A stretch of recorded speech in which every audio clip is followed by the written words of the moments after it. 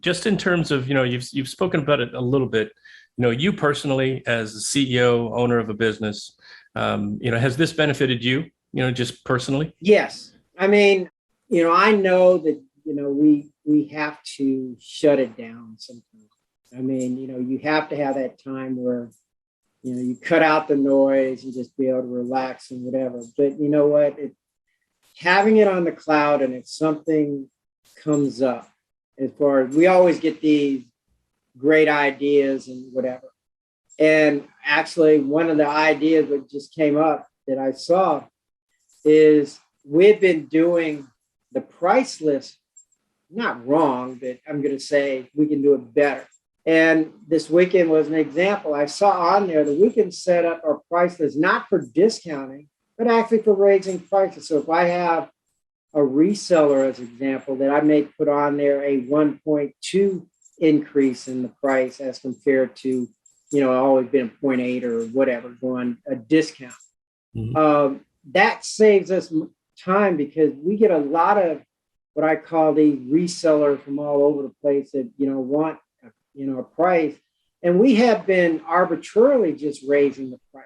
Now what we can do is formally put a process in place to where if you're a reseller and you call in and we code you that way, you've got a different price list and so I know across the board, everybody's doing the same thing. It's not, Sally doing one price and this other's doing another, markup. It's automatically going to come across at the same.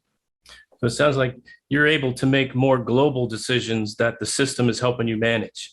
Exactly. One of the other pieces just came up.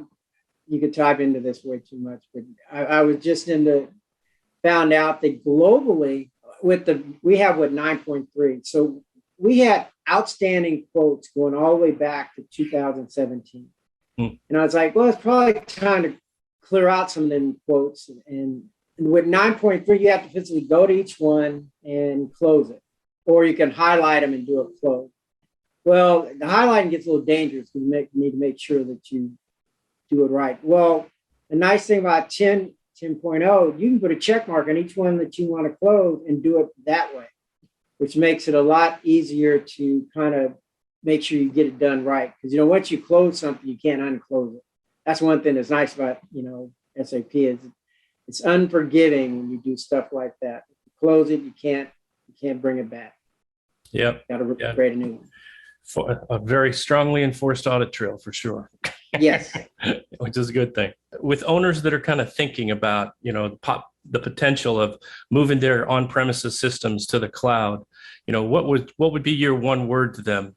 I don't know how long it took you, but it takes a lot of them, longer than it should to make that transition these days. What would you tell them?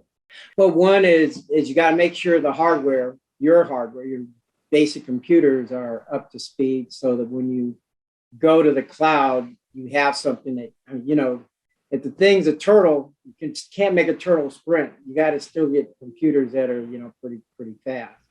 The other is to have a real strong talk with your IT people as far as how fast is your internet speed, from uploading and downloading, data.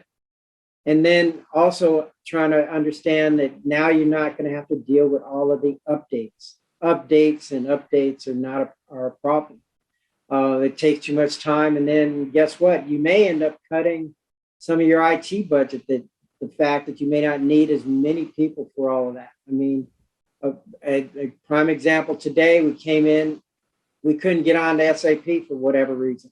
Nobody in the office. We sent an email to support. 20 minutes later, we're all up and running.